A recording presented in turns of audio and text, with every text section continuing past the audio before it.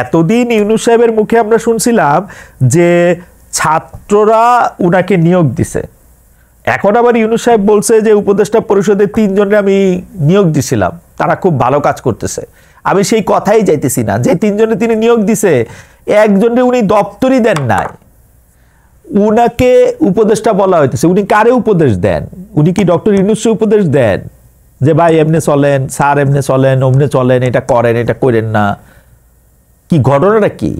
বাকি 2 জন উপদেষ্টা জনাব নাহিদ, জনাব আসিফ, তারা তাদের কাজ করতেছেন, তাদের কাজের মূল্যায়ন আমি আজকে করতে বসি নাই, কিন্তু জানা গেল ডক্টর ইউনূস সাহেব এই 3 জনে নিয়োগ দিয়েছেন, তারা ভালো কাজ করতেছেন। তার মতে ছাত্রদেরকে পুরা জাতি চেনে এবং তারা দল গঠন করলে মানুষ তাদের ভোট দেবে, ভালো কথা।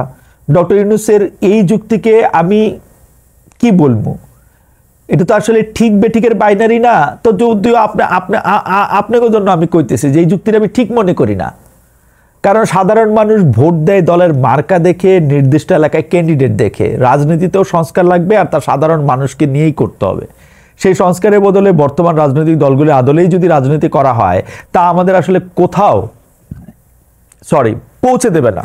তাহলে ছাত্ররা হয় একবার বিএনপির সাথে, মানে ছাত্রদের কি করার আছে, তারা হয়তো বিএনপির সাথে বোঝাপড়া করে একটু বইসা 2টা 3টা 4টা 5টা বা যে কয়টা হোক সিটের একটা মানে একটা বোঝাপড়া করে যে কয়টা সিট আমাদেরকে দেন করে নিতে পারে, অথবা আরেকবার যে আমাদের সাথে বোঝাপড়া করে এটা নিতে পারে। কেন আমি এটা বলতেছি, যে দেখেন ওই প্রচলিত ধারা রাজনীতি, যে রাজনীতিটার বাইরে আসার জন্য নাকি নতুন রাজনৈতিক বন্দোবস্তের কথা নাকি বলা হয়েছিল, মিন করা হয়েছিল, সেইটার মধ্যে কিন্তু নাই।